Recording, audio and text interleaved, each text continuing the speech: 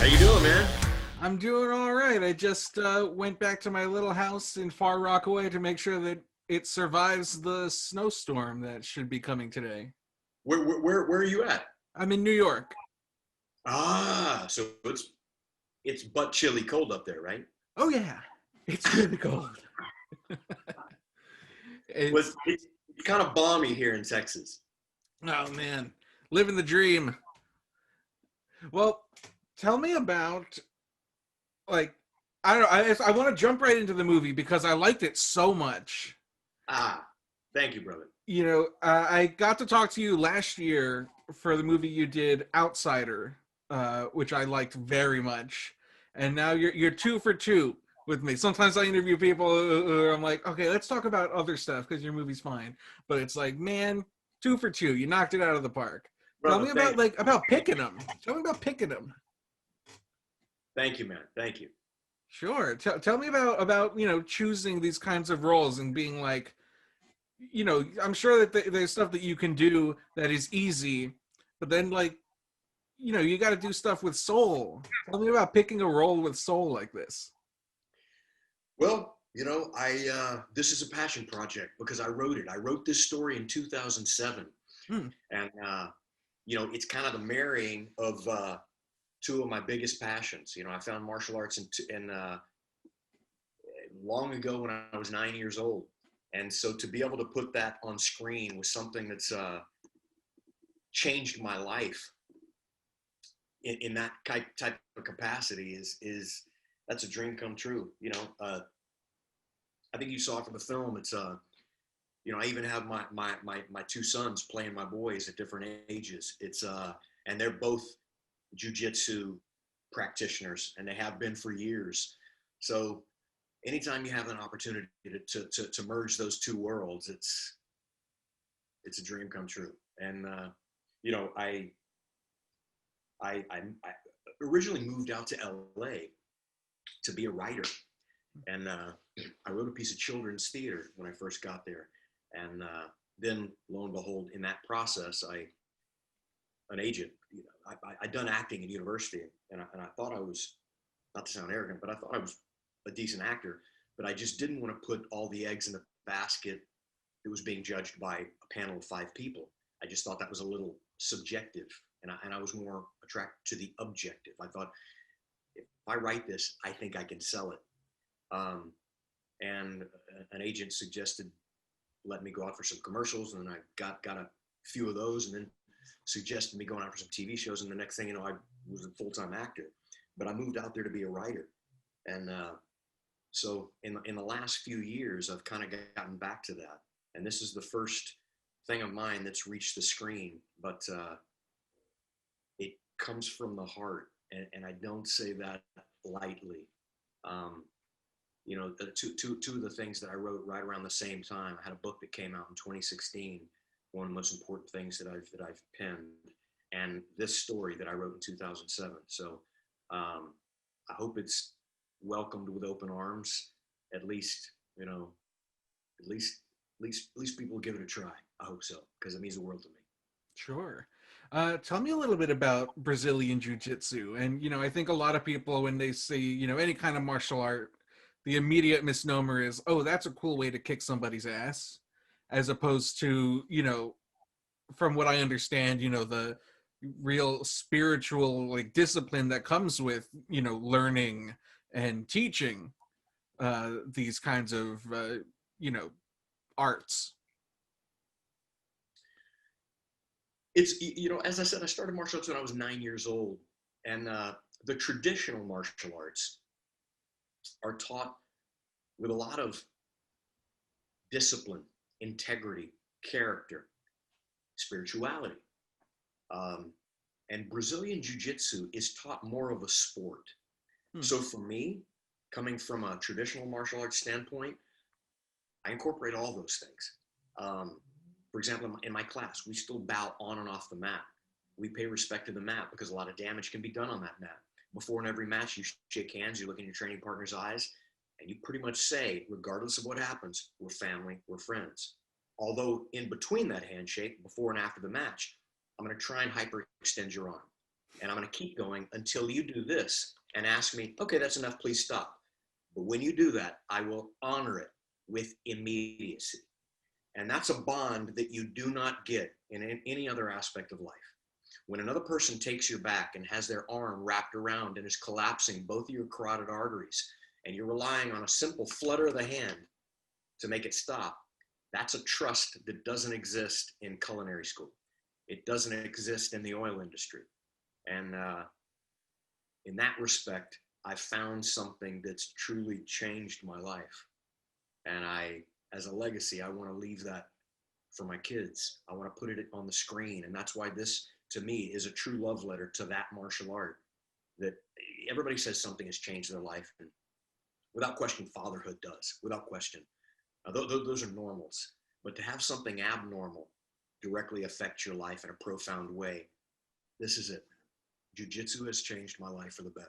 I would not be a fraction of the person I am without that martial art. And I pay homage to it on a daily basis. And I want to leave behind a legacy of that pure, authentic jiu-jitsu for my kids to pass down. It's that important to me. And this film, I hope, does just that. It is truly my love letter to a martial art that has done more for me than I could calculate. That's amazing. And, not to be reductive about it, but you look fantastic. You are shirtless in a lot of this movie, and you look great. Thank you, brother. I appreciate it. And I imagine, so I used to write for Muscle and Fitness, RIP, that magazine. But, tell me a little bit about, were you ready for this movie in terms of working out and being in shape and doing, these shirtless wrestling scenes? Or, was there an intensive, like, all right, I've got a few weeks where I got to tone this, I got to tighten this up. Tell me a little bit about that process. It's funny, doing the PR campaign for this film, one of the angles I think they pitched was, let's talk about how you prepared to do a martial arts film. I'm not an actor that dabbles in martial arts. I'm a martial artist that dabbles in acting. What changed about my life is absolutely nothing. When you do this every single day, I didn't prepare for it. I didn't want to do a cycle of steroids and have this guy look different. That's what the body looks like when you do jiu-jitsu every single day. That's what it looks like when you're wringing wet 6 days a week and actively sparring for an hour. It's not a chiseled bodybuilder look, but it's real world applicable, age appropriate. That's what it looks like. And love it or hate it, I didn't want anything to be inauthentic. I wanted him to look like his age, doing what he did every single day. And what I had to change to put that on screen is absolutely nothing, because that's what I do every single day. I try to eat a healthy diet, and I train every single day. Every day I do 4 things. And I teach in the kids class, got to do these 4 things. It's like, whatever you believe, whoever you believe put you here. That's probably the greatest gift we've ever been given. So every day I have to write a thank you letter. And that thank you letter is what I do with that gift. And there are 4 things. I eat good, I sleep good, I train my body, and I train my mind. And even when the kids class, it's like, those are the 4 things. And there's certainly people with more chiseled, athletic looking bodies. There are people with less chiseled, athletic looking bodies. But that's what a real body at that age looks like when you train jiu-jitsu every single day. That's amazing. And you did the stunt, the fight coordination, choreography, whatever the term is, and and it has this authentic look to it. It's not like you're jumping around doing roundhouse kicks. I mean, all respect to Chuck Norris, one of the greats. But tell me about representing this authentically and showing and having characters in the movie like disparage it with the rampant testosterone fueled homophobia that comes with any kind of wrestling critique, and how that critique melts away when they're about to be knocked out cold because you've got them and they can't move 1 inch. Well, for the people that aren't privy to how jiu-jitsu ended up on our shores, in 1989, Rorion Gracie wrote an article in Playboy magazine. and he issued a $100,000 challenge to anybody that could beat their martial art. So before 1993, the UFC started. Rorion Gracie started the UFC to promote his martial art. But there was a $100,000 challenge that existed, and there was dojo matches up into the 2000s, the early 2000s. And I witnessed handful of those. I actually participated in one, unbeknownst to me. And so those are very real. I wrote that specific scene you're talking about for something that actually happened to me. And the choreography is exactly what happened to me both times. So it comes from a very real place. This is when nobody knew what grappling was, and nobody believed it. And as far as the dynamic nature, it's ugly. It's not very cinema friendly. There are no spinning back kicks. Basically, it looks like a takedown and the person's on top smothering. You can't tell what's happening. And then the person just gives up. I remember Jim Brown was commentating UFC 3 or 4 or 5. And he's commentating saying, no, there's nothing there. Royce Gracie's on the bottom. Dan Severn's on the top. And Jim Brown is saying, nothing there, nothing there. And then Dan Severn taps out. He was in a triangle choke. Jim Brown didn't even know what it was. That perfectly illustrates how America's perception of the martial art. They had no idea what this fucking sorcery was, but they knew that it just crushed everything else in its path. And being a lifelong martial artist, when I first saw that, there's two types of people. There's people that are so ingrained in their own style that they say, no, that can't be real. I know my system could defeat it. And then there's the person that goes, you know what, let me try it. And if it proves this as strong as I think it is, let me train that. I need to figure out how to have that power over another mortal. And I was in that category. I'd never been comprehensively dominated that severely in my life, as opposed to when I walked into Rickson Gracie's Academy and they threw me a gi. I went against a 135-pound dude, and I was an athlete. I was doing triathlons at the time, a martial artist since I was 9. And Matt Akins, Henry Akins' little brother. Henry Akins is still, I consider still an instructor of mine. I came up under his tutelage at the Rickson Gracie Academy. Matt Akins was his little brother, 135 pounds. And that dude could do anything he wanted to me.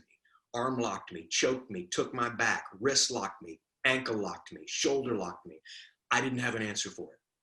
And as a man, it takes a lot to swallow that and say, what do I need to exchange to learn that? Or you're the type of person that says, well, really on the street, I would have eye gouged. And no, there's nothing I could have done. If that kid wanted my wallet in a dark alley, I'd have to give it to him. And I can't sleep at night knowing that that's a possibility. Yeah. So I signed up. I said, what do you need? And I signed up for 2 days a week. And that lasted 1 day. And then I changed it to unlimited. And I pretty much camped out at Rickson Gracie's Academy for a long time. I became completely addicted and a lifer. And it's still a 7-day-a-week adventure for me to this day. You walk the walk. You don't just talk the talk. You are the real deal when it comes to this art, this sport. Tell me a little bit about how you live that today. You mentioned 6 days a week and the classes that you teach, I believe, right? Yeah. And tell me about not just that, but also the I don't know, just the way that those principles kind of guide your life. Well, there's when I say very few things, what I really mean is nothing. Nothing outside of fatherhood, my wife and fatherhood, has changed my life more significantly than this martial art. Nothing. Whenever you think back on your life and things that you could eliminate, one of the last things that I would eliminate is what this martial art has given me. And right here in my office, I'll reach in, I'll show this to you. I retired it, but this is the first black belt that I was beaten with when I got my black belt, May 4th of 08. It's still in my office. Obviously, it's old and decrepit at this point. But the relationships that this has provided me with, the confidence, the physical health, everything that I walk into a room with and walk out of a room with, a large portion is comprised inside this belt. So one of the most profound and important things that I can leave behind to my kids is the legacy of what that's done for my life. And so we train on a daily basis. today I have a kids class at 5 and an adults class at 6:30. When I say it's an active part of my life, I train every day. I'm on the mat every single day. I will show you one thing on my cell phone here, which is probably a little odd, but I'm so into this. It's such a huge part of my life that I will show you. Let's see. This is in my backyard. Wow. Now, obviously, I'm outside of Houston in Texas on a lot of land, but I built this in my backyard. So when me and my boys want to go train, we walk out the door. We don't get in the car and drive anywhere. We walk out the door. So I have a facility on the property.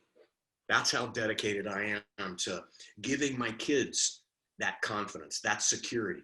I will never allow my kids to rely on the charity of a bully to not get their lunch money stolen, ever. I want their no to contain more than just hope. And if I would have had that as a kid, it would save me a multitude of problems. And so I want to make sure that my kids can walk through a room and say, no, you're not going to take that from me, and mean it, and have the ability to back it up. And the discipline and education to not run wild with it, I guess is the term. It's a good thing that you brought that up, because there is a somewhat of a separation between martial arts and fighting. You know, a fighter is anybody that's willing to go to blows. A martial artist knows conflict avoidance all the way to extreme violence. And my kids coming up through the discipline, the character, their integrity of traditional martial arts would never use this unless it was absolutely necessary. And as a matter of fact, you know, me and my wife make a joke about it all the time. My oldest, Charlie, he's a little jiu-jitsu prodigy. You'd probably have to kick sand in his face 20 times for him to finally snap and say, it's not going to happen again. You know, he's just that wonderful hearted kid. And he plays my older son, the older version of my son in the film. So yes, they are true martial artists. I'm not breeding fighters. I'm breeding martial artists from top to bottom. That's excellent. That's excellent. And good to hear. And this movie, you know, it's got so much soul. You've got Katrina Bowden in there. She is a darling. I have adored her since forever. Yeah, myself. And you know, it's got this great like framing device of the story being told, very documentary-esque. Tell me about when you're writing and you come up with a story. Does something like that framing device, is that there from the beginning, or do you go, I need an anchor for this, I want narration, I want to have a character telling this story? Tell me a little bit about, you know, about being in your room or whatever, you know, with a quill pen, coming up with the, you know, a structure of a movie that is yours. Well, you know, I originally wrote this in 2007, and one of the, well, probably the biggest martial arts forum where people discuss fights, UFC events, One Championship, Bellator, and all the pro fighters post on there as well. There was a thread about, hey, somebody post your original fight story, martial arts story, anything. And I wrote the story that got me into martial arts, a story about a girl named Glenda Bilbo, and it got a pretty good reception. So I wrote a second one, and it was the Mickey Kelly story. I didn't post it because I wrote it and I realized, man, I want to make this into a film. And that was in 2007. From the minute the pen hit the paper, the story was all told through the voice in a documentary style, through the interview about this character. So from day one, it started with the interview and ended with the interview. From the first release of this story in 2007, it stayed very true to that original penning. And as you know, any film goes through an organic process. You know, we write a scene and you say, okay, we're in the tropical rainforest, and you realize, we don't have the money to go to rainforest. What about on Kauai in Hawaii? You're like, okay, yes, and they're all in bikinis instead of raincoats. This never took that drastic a turn. It kind of stayed true to, you know, the way it came out of my head. And I'm very grateful for that, for the opportunity to stay true to it. Does that come from doing it outside of like the big studio system of being like, hey, I want to have, I want this to be my role. I don't want someone to change my words, or is that just kind of like, do you roll with the punches in those terms, so to speak? Well, it's hard to say because I've never written for a big studio, so I don't know. I do know that writing is incredibly personal, and it's difficult when it's the imagination. The reason a film can never be as good as a book is because when somebody writes the most beautiful girl in the room in the world walks into a room, well, in your head, that's true. You imagine your version of her. The minute you cast, say, a brunette girl, well, everybody that loves blondes, they're like, okay, well, she's pretty, but she's not really the most. So you start to go down from out of a 1 to 100, say 100 is a perfect script. And every time you cast, you ostracize certain percentage of the population. Maybe not 100%, but you start to lose people a little bit. When you say the most physically sculpted man on the planet, well, unless you cast, Schwarzenegger from '76, maybe he may be sculpted, but he's not that. Do you know what I mean? Sure. So I don't know what it's like in the studio system. Obviously, that's the pinnacle of movie making, and certainly a lot of those people got their jobs for good reason. But, a lot of time consensus is difficult. Some of my favorite films are done by auteurs. The auteurs that wrote it, that cast it, that selected the creative players and saw it to realization. And that's more where this one falls. There weren't a lot of cooks in the kitchen. When I wrote it, my producing partner, Paul Alessi, in my opinion, one of the most creative, brilliant producers out there. And you'll see a lot more from him in the future. We saw eye to eye in a lot of this, and I'm grateful for that. But I don't know what the studio system's like, and who knows? A lot of times when somebody makes a change, sometimes it's, oh my God, I didn't think about that. That would make it even better. But I'm sure a lot of times it's like, oh my God, no, the nun can't be working in a whorehouse. The change is so violent. You're like, no, it can't be. It can't take place underwater. It's supposed to be an orphanage. Yeah. Well, thank you so much. The movie is so good. You and Alex did a great job. It just, I hope that a lot of people see this one because it's, it's special. You can tell it's personal. You can tell it's you, that you put a lot of your heart and soul into it. And that's what makes it special, man. Man, I appreciate it, bro. I appreciate it, man. I hope people give it a shot as well. I really do. Sure. It's been an honor and a treat to get to talk to you. I hope I get to get you on the next one too. Likewise, brother. I appreciate it, man.